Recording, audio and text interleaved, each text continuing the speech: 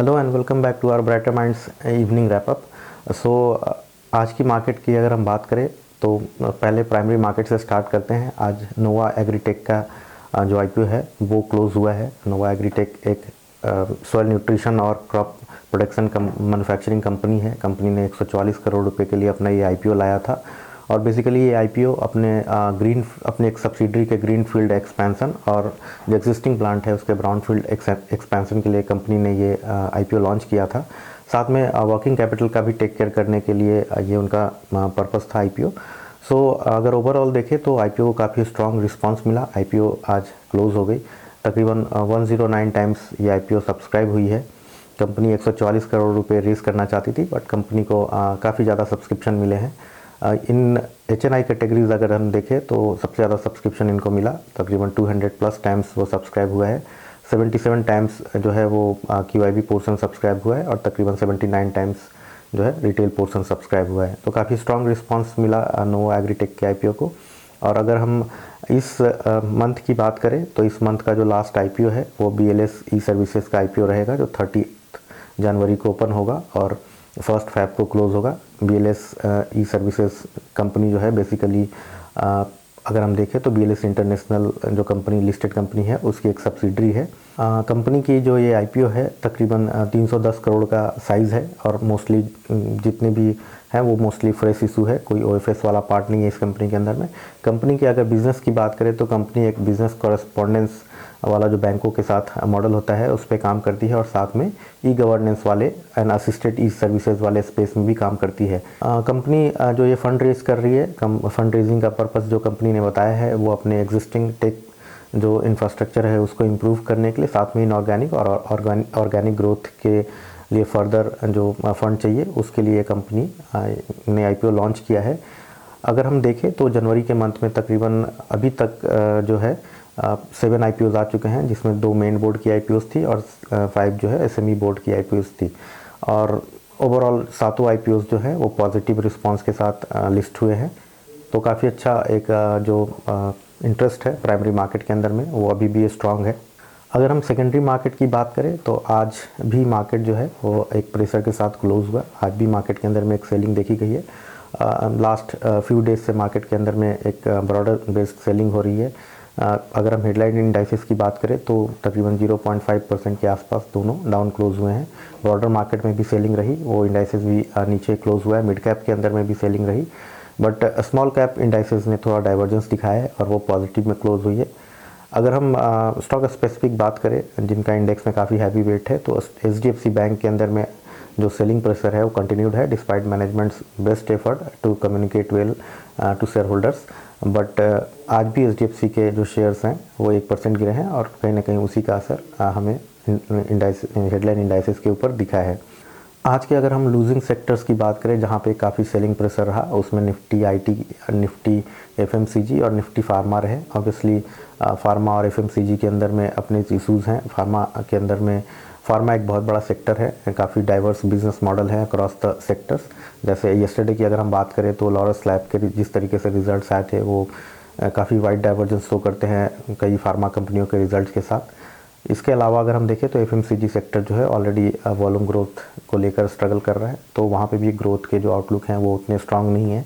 जहाँ तक IT की बात है तो IT के जो विजिबिलिटी है उसको लेके थोड़ा सा अभी भी हेजिनेस है ग्रोथ को लेके। जिस तरीके से डेवलप मार्केट के अंदर में इकोनॉमीज़ के अपने स्ट्रेस की जो बातें हो रही हैं उसको देखते हुए IT सेक्टर्स के आउटलुक भी बहुत क्लियर नहीं है। अगर हम गेमिंग सेक्टर्स की बात करें जहाँ पे काफ़ी स्ट्रॉन्ग इंटरेस्ट है इन्वेस्टर्स का, तो PSU बैंक्स के अंदर में PSU CPSE इंडाइसेस के अंदर में काफ़ी स्ट्रॉन्ग इंटरेस्ट अभी भी बरकरार है डिस्पाइट फ्यू डेज बैक जो हमने उसमें काफ़ी स्ट्रॉन्ग फॉल देखा था।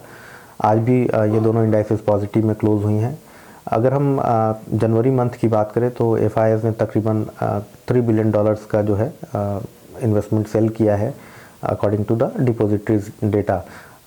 DIs ने काफ़ी अच्छा इन्वेस्टमेंट सपोर्ट दिया है जिस तरीके से डोमेस्टिक मनी को स्ट्रेंथ मिल रहा है continuous SIPs flows and other medium से, तो उस तरीके से काफ़ी स्ट्रेंथ है मार्केट के अंदर में। डिस्पाइट इतनी $3 बिलियन की सेल मार्केट ने बहुत ज़्यादा वाइड फॉल नहीं देखा है और कहीं ना कहीं जो भी सेलिंग है उसको अपनी डोमेस्टिक मनी एब्जॉर्ब कर रही हैं। हालांकि कुछ सेक्टर्स की अगर हम बात करें, कुछ मार्केट कैप सेगमेंट्स की बात करें तो वहाँ पे काफ़ी ज़्यादा एक डिस्कम्फर्ट है in terms of valuation and all. अगर हम मिड कैप स्मॉल कैप के कंट्रीब्यूशन की बात करें ओवरऑल टोटल मार्केट कैप की, तो वो 31% जो लास्ट ईयर 22 के अंदर में था, 23 में वो जो है 36% के आसपास हो चुका है। एंड ऑब्वियसली लार्ज कैप का जो कंट्रीब्यूशन है वो 64% के आसपास हो गया। दोनों जो है तकरीबन 10 इयर्स के अपने हाई पे है इन मिड स्मॉल कैप का कंट्रीब्यूशन, एंड जो लार्ज कैप का कंट्रीब्यूशन है वो अपने 10 ईयर्स लो पे है। तो अगर हम इस तरीके से देखें तो ऑब्वियसली कहीं ना कहीं हमें मार्केट के अंदर में मनी का जो फ्लो है वो एक पर्टिकुलर सेगमेंट की तरफ जाता हुआ ज़्यादा दिख रहा है। लोगों का इंटरेस्ट उस सेगमेंट के अंदर में काफ़ी ज़्यादा हो चुका है। अगर हम रिजल्ट्स के पर्सपेक्टिव से बात करें, सिंस Q3 रिजल्ट्स चल रहे हैं, तो अभी जिस तरीके से टाटा टेक्नोलॉजीज़ के IPO आए थे, कंपनी ने आज अपने रिजल्ट्स भी अनाउंस किए हैं। टाटा टेक्नोलॉजी का जो रिज़ल्ट आया है वो सीक्वेंसली काफ़ी अच्छा रिज़ल्ट है। तकरीबन 150 बिप्स का उन्होंने मार्जिन के अंदर में एक्सपेंशन देखा है, और उसकी वजह से प्रॉफिट जो है उनका क्वार्टरली बेसिस पे 15% का ग्रोथ वहाँ पे उनको मिला है। इसके अलावा अगर हम बैंकिंग सेक्टर्स के रिज़ल्ट देखें, या चाहे वो स्मॉल फाइनेंस बैंक हो या लार्जर बैंक्स हो, उसके अंदर रिज़ल्ट्स के अंदर में प्रेशर है। जैसे AU स्मॉल फाइनेंस बैंक का रिज़ल्ट आया वो वीकर है, जैसा मार्केट एक्सपेक्ट कर रहा था, उससे वीक रिज़ल्ट्स आए हैं। इसके अलावा स्टैंड अलोन बेसिस पे भी रिज़ल्ट्स जो हैं वो कहीं ना कहीं वीकर साइड में है। अगर हम बैंकिंग एज अ सेक्टर की बात करें तो जिस तरीके से क्रेडिट ग्रोथ को लेकर मैनेजमेंट की कमेंट्री आ रही है, उससे देखकर लगता है कि थोड़ी सी क्रेडिट ग्रोथ के अंदर में स्लो डाउन आएगी। इसके अलावा डिपॉजिट फ्रंट पे भी कहीं ना कहीं वो प्रेशर फील हो रहा है कंपनीज़ को। सारी कंपनियों की जो कमेंट्रीज आ रही हैं बैंकिंग के अंदर में, वो अपने डिपॉजिट्स को लेकर उसको बढ़ाने की बात कर रहे हैं। अगर हम एक पॉकेट की बात करें जहाँ पे हमको कई कंपनियों के अच्छे रिजल्ट्स देखने को मिल रहे हैं, तो वो स्पेस मेटल का है, जहाँ पे यस्टरडे हमने देखा कि टाटा स्टील के जिस तरीके से अच्छे रिजल्ट आए इन टर्म्स ऑफ EBITDA पर टन, इन टर्म्स ऑफ जैसे वो लॉस में थी लास्ट क्वार्टर के अंदर में, और ये क्वार्टर के अंदर में वो उनके रिजल्ट्स जो है वो प्रॉफिट में आ गए। इसके अलावा आज JSW स्टील ने भी अपने रिजल्ट्स अनाउंस किए। JSW स्टील्स के अंदर में भी मार्जिन एक्सपेंशन देखने को मिला है, और कंपनी ने स्ट्रीट एक्सपेक्टेशन से बेटर रिजल्ट्स दिया है। तो ओवरऑल कुछ सिलेक्टेड पॉकेट्स हैं जहाँ रिजल्ट्स काफ़ी अच्छे आ रहे हैं। ऑन इंडिविजुअल बेसिस कई ऐसे कंपनीज़ हैं जिन्होंने काफ़ी अच्छा रिजल्ट डिलीवर किया है। अगर हम नेक्स्ट वीक की बात करें तो नेक्स्ट वीक जो है वो काफ़ी इम्पॉर्टेंट वीक है in terms of interest rate decisions. 31 को जो है FOMC जो US फेड है उसकी मीटिंग्स हैं, और 31 को जो US के इंटरेस्ट रेट डिसीजंस आएंगी वो कहीं ना कहीं मार्केट के ऊपर अपना इम्पैक्ट डालेंगी। अगर इंटरेस्ट रेट को लेकर कुछ सरप्राइज़ आता है तो इधर साइड जो है वो हमें मार्केट के अंदर में वोलेटिलिटीज़ देखने को मिल सकती है।